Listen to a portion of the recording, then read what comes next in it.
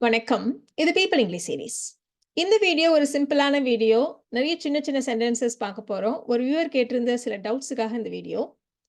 இப்போ ஒரு சின்ன குழந்தைங்க இருக்கும். நம்மள தூக்குங்கன்னு சொல்லும். என்ன தூக்கு அப்படின்னு சொல்லும். ஸோ அதுக்கு நம்ம எப்படி இங்கிலீஷ்ல சொல்லணும் அப்படின்னா, பிக் மீ அப். பிக் மீ அப்.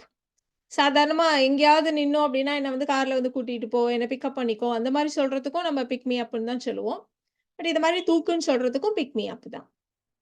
இப்ப என்ன தூக்கிட்டு போ அப்படின்னு சொல்லணுமானா, கேரி மீ. Carry me.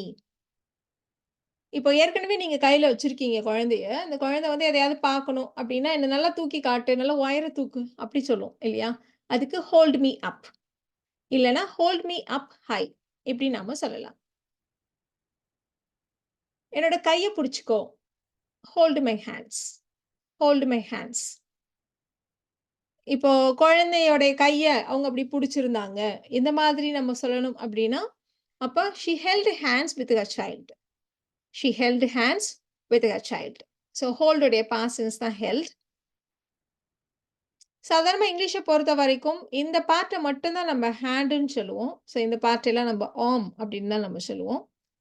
இப்போ அவ கையில ஒரு புத்தகத்தை வைத்திருந்தாள். ஸோ தமிழ பொறுத்தவரைக்கும் நம்ம ஜெனரலா கைன்னு தான் சொல்லுவோம். ஸோ கையில புத்தகத்தை வைத்திருந்தாள் அப்படிங்கிறப்போ, நம்ம வந்து ஹேண்ட் அதுல தான் வச்சிருப்போம் புக்க இல்லையா?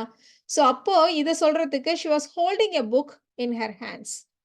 She was holding a book in her hand. இந்த மாதிரி நம்ம சொல்லலாம். இப்போ இதுவே ஒரு குழந்தைய வச்சிருந்தா அப்படின்னா, குழந்தைய வந்து நம்ம வந்து கொஞ்சம் ஆர்ம்ல தான் வச்சிருப்போம் இல்லையா? ஸோ அப்போ she was holding her baby in her arms.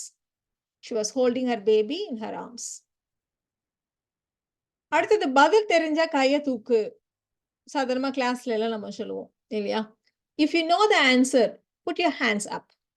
If you know the answer, put your hands up. Raise your ஹேண்ட்ஸ்ன்னு சொல்லக்கூடாதா? ரைஸ் யூர் ஹேண்டுன்னு சொல்லக்கூடாதா? அப்டின்னா, அமெரிக்கன் இங்கிலீஷ்ல raise your hand common. But ஜெனரலா ஸ்போக்கன் அப்டின்னு பார்க்குறப்போ, புட் யூர் ஹேண்ட்ஸ் அப்ன்றது ரொம்ப காமனான ஒரு ஃப்ரேஸ் தான்.